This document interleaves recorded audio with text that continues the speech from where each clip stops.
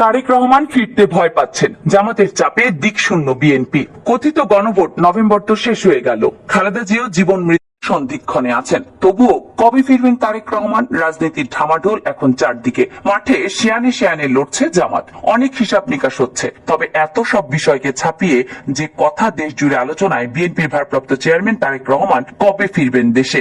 মায়ের এমন অবস্থায়ও দেশে ফিরছেন না কেন? তিনি বাংলার মাটিতে পা রাখলেই জামাতের দাড়িপাল্লায় জমানো সব সুখবর একেবারে হাওয়ায় উড়ে যাবে, এমনটাই বিশ্বাস বিএনপির নেতাকর্মীদের। তাহলে তারেক রহমান ফিরছেন না কেন, বা কবেই বা ফিরবেন? দর্শক, এসব নিয়েই আমাদের আজকের আয়োজন। 5ই আগস্টের পর দেশের রাজনৈতিক সংস্কৃতিতে আমূল পরিবর্তন ঘটেছে। জেনজি প্রজন্ম উল্লেখযোগ্য হারে ভোটার হওয়ায় নির্বাচনমুখী কালচার আর আগের মতো নেই। টাকা দিয়ে এখন আর ভোট কেনা যাবে না বলছেন বিশ্লেষকেরা। তারা বলছেন মিছিলে হাজারো মানুষ আর মোটরসাইকেল শোডাউন আর করতালিতে মাঠ ঘাট কাঁপানো যাবে, কিন্তু ভোট বাক্স পূরণ করা যাবে না। একটা সময় মার্কা দেখিয়ে ব্যালটে সিল বসানোর রেওয়াজ ছিল। জেনজি থেকে এটি প্রত্যাশা একেবারেই বোকামি। তাদের হাতে স্মার্টফোন, সেকেন্ডে সেকেন্ডে তথ্য উপাত্ত।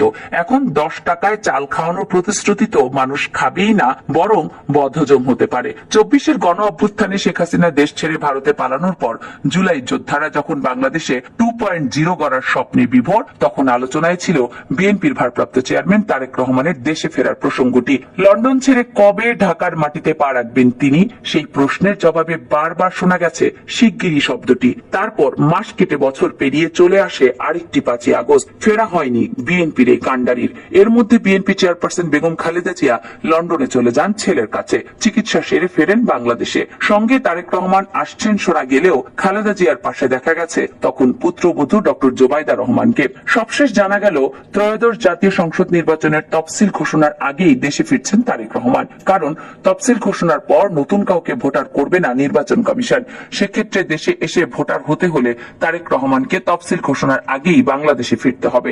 দেশের রাজনীতির ময়দানে তারেক রহমান সশরীরে উপস্থিত না থাকার কারণে বিএনপির যে দিন দিন বিপদ বাড়ছে তা স্বীকার করবেন দলটির যে কেউ। তার দেশে ফেরা নিয়ে সালাউদ্দিন আহমেদ গণমাধ্যমকে জানিয়েছেন, বিএনপির ভারপ্রাপ্ত চেয়ারম্যান তারেক রহমান নভেম্বর মাসের মধ্যেই দেশে ফিরবেন।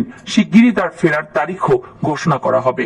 বিষয়টি নিয়ে নেটিজেনরা সমালোচনা এখন শুরু করে দিয়েছে। এদিকে জানা গেছে রাজধানীর গুলশান এভিনিউর 196 নম্বর বাড়িতে মা খালেদা জিয়ার পাশেই থাকবেন ছেলে তারেক রহমান। বাড়ির ভেতরে বাইরে সংস্কার কাজ জোরে সোরে চলছে।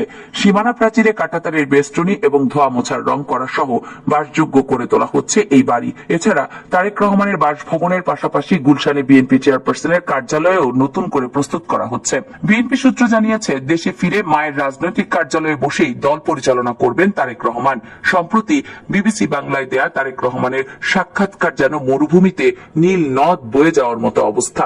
17 বছর ধরে রাজনীতি ও দেশের বাইরে থাকা যে কতটা বেদনার তা দেখা গেল তার চোখে মুখে। ফ্যাসিস্ট মুক্ত বাংলাদেশকে নতুন করে গড়ার স্বপ্ন ভেসে উঠল তার কপালের ভাঁজে। বিবিসি জানতে চাইল, আপনি এখনো দেশে ফেরেননি কেন? তারেক রহমান বললেন, কিছু সঙ্গত কারণেই ফিরতে পারছি না, তবে সময় তো চলে এসেছে মনে হয়।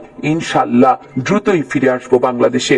এই দ্রুতই শব্দটা তিনি 2 বার বলেছেন, একবার নিঃশ্বাসের ভেতর থেকে, আরেকবার যেন নিজেকেই আশ্বস্ত করে। আগামী নির্বাচনের আগে দেশে ফিরবেন কি? তার উত্তর, আমি একজন রাজনৈতিক কর্মী।